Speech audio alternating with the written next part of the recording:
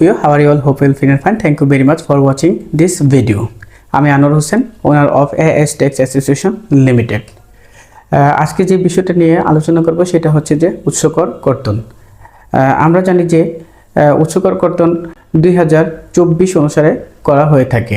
উৎসকর কর্তনের জন্য আমাদের আয়কর 2023-এর কিছু ধারাকে আমরা মেনশন করব এবং সেই ধারা অনুসারে আমাদের উৎসকর কর্তন করতে হবে। যেমন আয়কর 2023-এর ধারা 102, 105, 111, 112, 125 ধারা অনুসারে আমাদের উৎসকর কর্তন করতে হবে।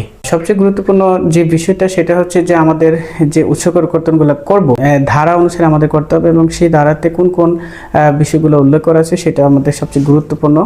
আমাদের মনে রাখতে হবে যে সঞ্চয় আমানত এবং স্থায়ী আমানতের ক্ষেত্রে আয়কর 2023-এর 102 ধারা অনুসারে উৎসকর কর্তন করতে হবে। তাছাড়া সঞ্চয়পত্র হতে অর্জিত মুনাফা হতে আয়ের জন্য আমাদের 105 ধারা অনুসারে উৎসকর কর্তন করতে হবে।